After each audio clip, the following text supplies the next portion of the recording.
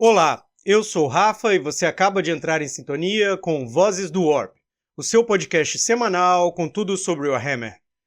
E aí, pessoal, tô muito feliz, eu tenho postado com bastante frequência, assim, mas acontece que eu estava reparando, meus vídeos mais recentes ainda não atingiram um patamar dos lançados um mês atrás. Eu não sei se vai crescendo com o tempo, né? Ou se esse período de 2 semanas em que eu não postei fez diminuir minha visibilidade, ou se as pessoas simplesmente preferem polêmica, né? E um título que tem um pouquinho de phishing, né? Para pescar a audiência, acaba repercutindo mais. Mas honestamente eu penso que a principal diferença é o número de comentários. Então, se você está ouvindo esse vídeo, está curtindo o conteúdo, não deixe de comentar, dá o like, sininho, tá? Essa é uma retribuição pequena pro esforço que a gente faz de produzir material, de traduzir, etc., né? E que gera um grande resultado, tá bom? Bom, a proposta desse canal aqui, como eu já falei com vocês, é diferente da maioria, né? Na verdade, de todos os outros até então que eu tenho visto. Eu tô querendo mergulhar mesmo no lore, tô querendo falar com paciência sobre os temas, né? A paciência que eles merecem, que eu acho mais legal assim.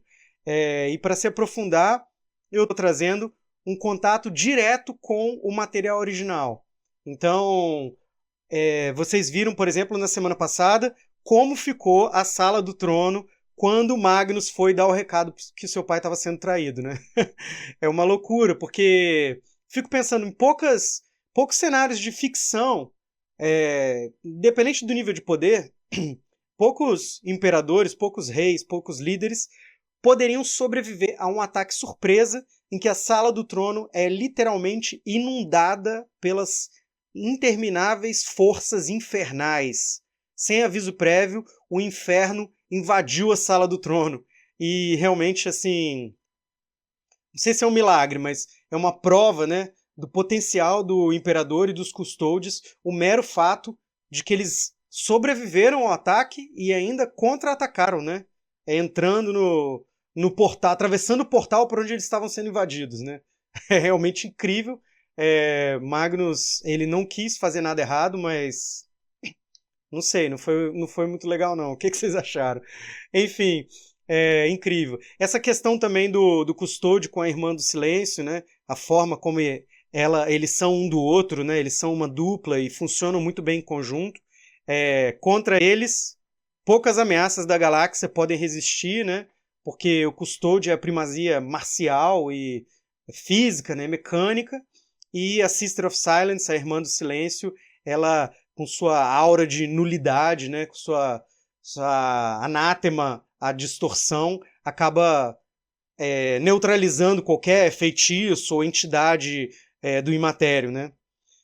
Fica aí então um recado para os Grey Knights tomarem cuidado, que nem todas as forças do Warp invadindo o trono conseguiram, então boa sorte.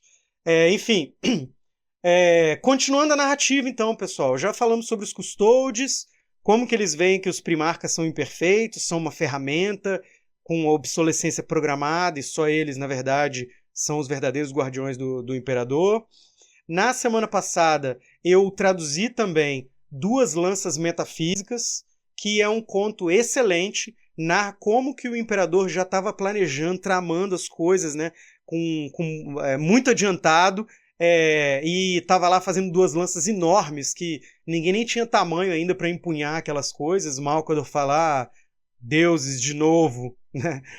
E esses deuses, ou melhor, semideuses, né, seriam Leman Russ, dos Space Wolves, né, os vikings espaciais, que é essa força caótica, dionisíaca, como diz o conto, e Constantin Valdor, o perfeitinho, né, o neurótico, que é essa força apolínea, né, essa dicotomia, enfim, que é uma referência a Nietzsche, aí, se vocês quiserem que eu fale de filosofia também, eu posso fazer um episódio inteiro só sobre isso.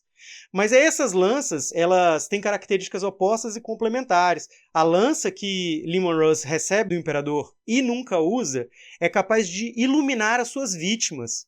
Então, antes de morrer, o cara, putz, é mesmo, e morre. E aí, essa epifania, né? teria mudado completamente o curso da história se Leman Russ tivesse empunhando essa lança quando ele acertou Horus, antes do Horus chegar no Imperador, quando o próprio Leman Russ combate o Primarca traidor, o mestre da guerra traidor. Leman Russ acerta ele. Se fosse com essa lança, talvez Horus tivesse mudado de opinião e a heresia teria tomado outro rumo. Mas ele nunca empunhou a lança, talvez ela volte para a história. Mas agora eu quero falar da lança de Valdor, que ilumina quem está atacando, né? Então Valdor mata uma herege e ele vê a vida inteira dela, a infância, os abusos, como que ela superou a violência, com mais violência e todo... Enfim, muito louco, né? E também aquela cena de irmandade ali, sem broderagem, entre os dois, né? Valdor dando um apertinho, assim, um tapinha nas costas do Russ, né? Muito maneiro. Lembrando que no final da Heresia de Horus, os dois desaparecem. Eu vou voltar nesse tema, tá, gente? Como eu estou insistindo aqui, eu estou construindo uma narrativa. Agora eu vou ler para vocês um trecho onde Constantin Valdor empunha a sua lança para enfrentar Ezequiel Abaddon, né, que é o primeiro capitão dos Filhos de Horus, os antigos... Os antigos Luna Wolves, desculpa. Me fugiu o nome.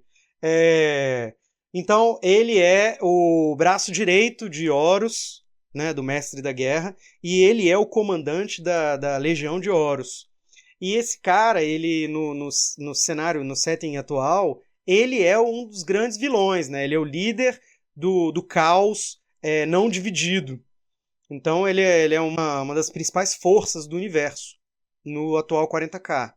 Naquele contexto da heresia de Horus, no 30K, Constantin Valdor vai confrontar esse cara, acerta ele com a lança e tem uma visão. Eu vou rodar a vinheta e deixar vocês com o trecho. Segura aí.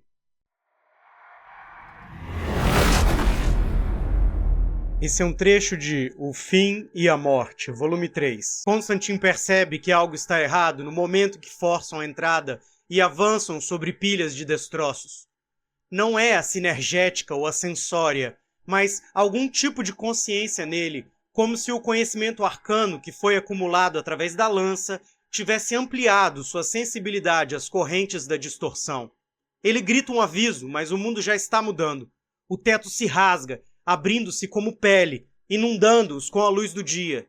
Figuras sombrias saltam pela fenda para atacá-los. Uma delas aterriza diante de Constantin. Apesar de ser grande e pesadamente blindada, cai quase suavemente, como se forças invisíveis a tivessem carregado pelo ar e a colocado no chão com cuidado. É Abaddon. Constantin reage instantaneamente. Menos que instantaneamente. Ele arremete a lança num perfeito golpe ascendente para perfurar o peito do traidor. É um golpe mortal, a demonstração da velocidade e reação máximas da Legio Custodes. Algo que nenhum Astarte poderia igualar ou resistir. A lança para antes de alcançar a couraça de Abaddon. A súbita interrupção do movimento sacode Constantin como um estalo de chicote. A mão esquerda de Abaddon fechou-se em torno da ponta e a deteve, apesar da força imensa que impulsionava o golpe. Algumas gotas de sangue vivo brotam entre os dedos de Abaddon, onde ele segura a lâmina. De boca aberta, em choque, Constantin sente o momento. O batimento, a inundação da compreensão transmitida pela lança. O mundo vacila e gira, perdendo definição e dimensão. São 25 minutos de combate. É 1 hora, é 1 ano, é 1 século, são 100 séculos de luta. O combate não tem fim. É uma guerra longa que corta a eternidade no sentido do comprimento, com sua duração apavorante.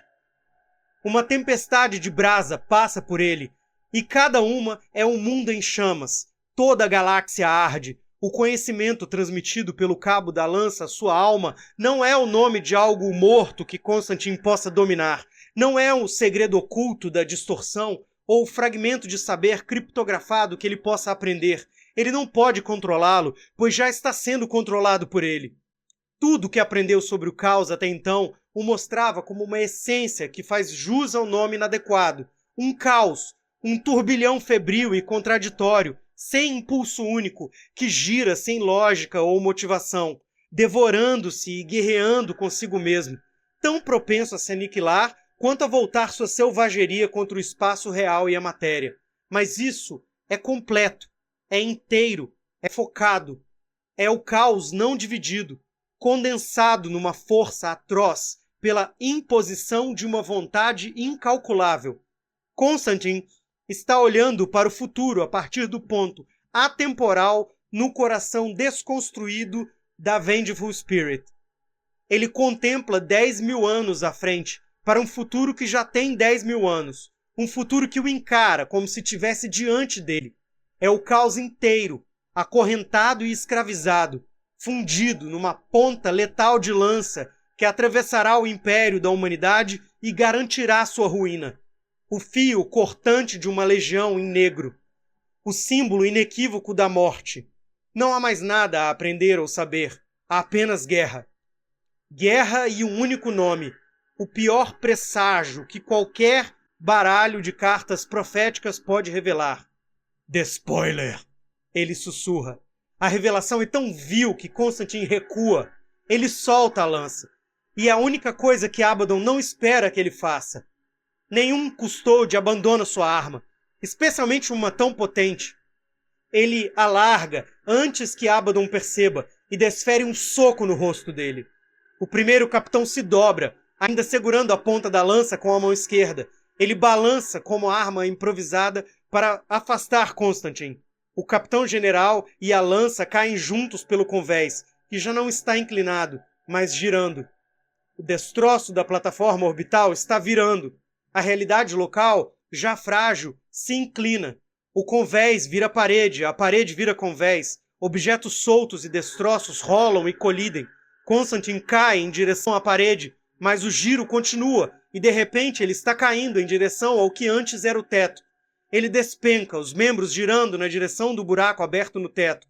Cai rumo à luz do dia, ao céu. É um abismo brilhante, aberto no chão abaixo dele, e ele mergulha nele. Bom, pessoal, esse é o trecho por enquanto. É a primeira parte, né, que eu quero ler para vocês. Então, Constantine machuca Abaddon, percebe o que é realmente o Warp e tem uma visão do que o Império vai se tornar. Na verdade, ele continua tendo essas visões desde um livro chamado Falsos Deuses, False Gods. Né? Vou ler mais um trechinho aqui para vocês. Os poderes que habitavam a distorção lhe mostraram um vislumbre do futuro, e era de fato um lugar desolado. Nojentas raças zinos dominavam vastas extensões da galáxia, e um manto de desesperança envolvia os filhos do homem. O poder dos gloriosos exércitos da humanidade estava quebrado, as legiões despedaçadas e reduzidas a fragmentos do que haviam sido, burocratas, escribas e oficiais governando sob um regime infernal, onde os homens levavam vidas inglórias, sem importância ou ambição. Nesse futuro sombrio, a humanidade não possuía força para desafiar seus senhores, para lutar contra os horrores que o imperador havia deixado para eles. Seu pai havia se tornado um deus carniça, que não sentia a dor de seus súditos, nem se importava com seu destino. Então tá aí, né? Constantine Valdor, talvez não o primeiro, mas um dos primeiros a vislumbrar o que o Warhammer 40k, o Warhammer 40k se tornaria. E aí, gente, eu vou deixar um mistério aí, né? Se esse cara foi escolhido a dedo pelo Imperador, o Imperador moveu exércitos por distâncias continentais para recrutar esse cara, armou esse cara com... primeiro, né? Refez esse cara em nível genético, né? Destruiu ele, fez ele do zero de novo, para ele se tornar o primeiro custódio, provavelmente o primeiro custódio, e o mais poderoso deles, né? Um expoente, um dos mais poderosos de toda a história da humanidade. Vestiu esse cara com uma armadura de auramita feita especialmente para ele, né? E deu para ele essa lança feita séculos antes, né? Uma lança com destino. Essa lança finalmente é usada contra Abaddon, The Despoiler, o despojador, né? O saqueador, e dá a Constantine a visão do que seriam esses 10 mil anos de treva e guerra constante de todos contra todos, né?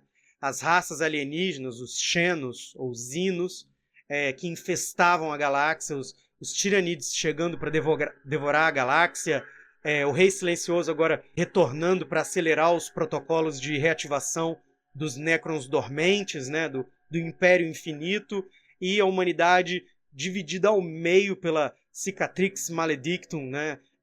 O olho do terror se expandiu, rasgando a galáxia ao meio. E aí, o que Constantin Valdor, sabendo isso de antemão, vai fazer? Bom, na sexta-feira eu vou voltar contando para vocês como que ele simplesmente desaparece. E qual foi a próxima reaparição dele no lore, tá? Um episódio mais curto hoje, mas eu acho que com bastante carga. Lembrando mais uma vez, pessoal, não deixe de comentar, dar um joinha, um upvote, tá? Marcar o sininho, compartilhe com a galera, porque aqui é o lore com profundidade, né? E o primeiro contato com o material original para muita gente. Então, se você está curtindo, dá uma força pra gente aí. Quiser participar do Clube 40K, manda mensagem, não deixe de seguir a gente, @40capixaba no Instagram. Eu vou ficando por aqui. Até mais. O Imperador protege.